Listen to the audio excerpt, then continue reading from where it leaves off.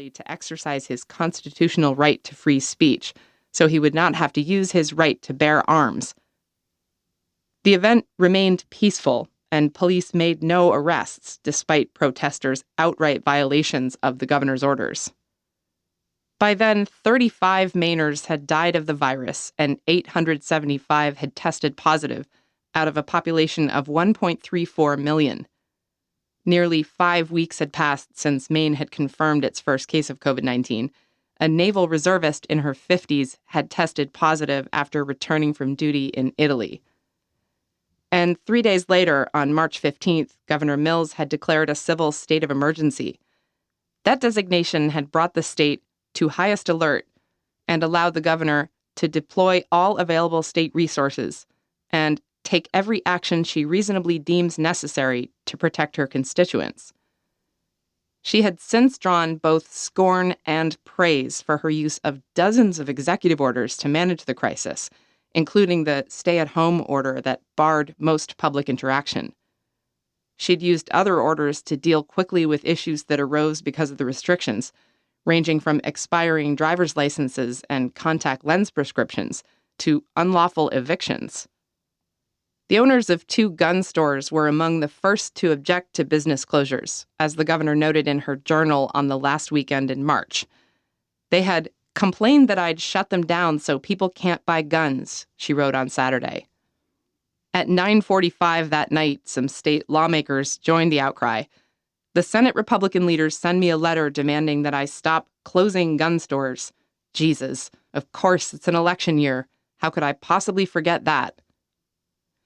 Earlier in the day, the Trump administration had added gun sellers to its guidance on the essential critical infrastructure workforce, allowing their stores to open after pressure from gun rights advocates.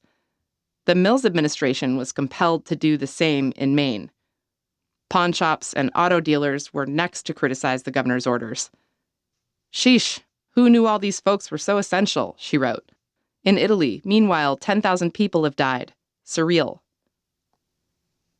Governor Mills kept her journal on a laptop and added to it almost daily, a habit instilled by her father when she was a child.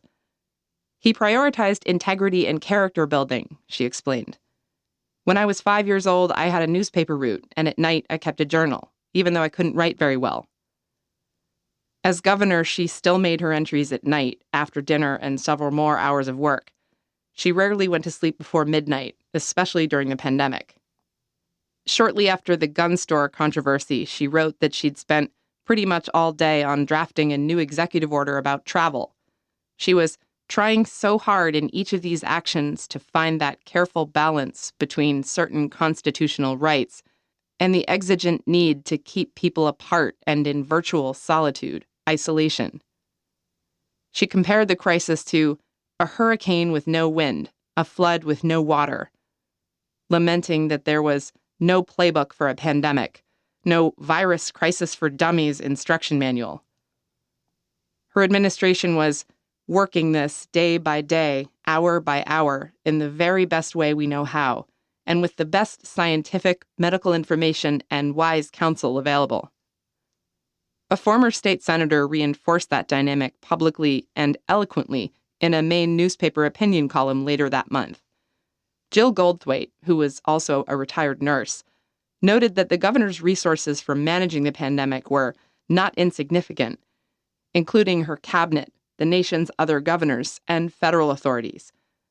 There were also experts in Maine's academic and healthcare communities who were quick to answer the call. Ultimately, though, it was the governor's unenviable job to sift through the mountain of information and opinion and choose a course for her own state. On top of all that, she's expected to offer human warmth, solace, encouragement, and hope. By comparison, Jill admonished readers, it was easy to second-guess the decisions being made that have separated us from friends, family, and work, and devastated the economy. In closing, she invoked some lyrics from the song Girl on Fire by Alicia Keys, noting that a rendition of it was part of the governor's inauguration ceremony in January 2019. She got both feet on the ground and she's burning it down. She got her head in the clouds and she's not backing down. Jill added that Governor Mills was To keep listening to this audiobook, I've left you a link in the description so you can do it, at no cost thanks to Audible's 30-day free trial.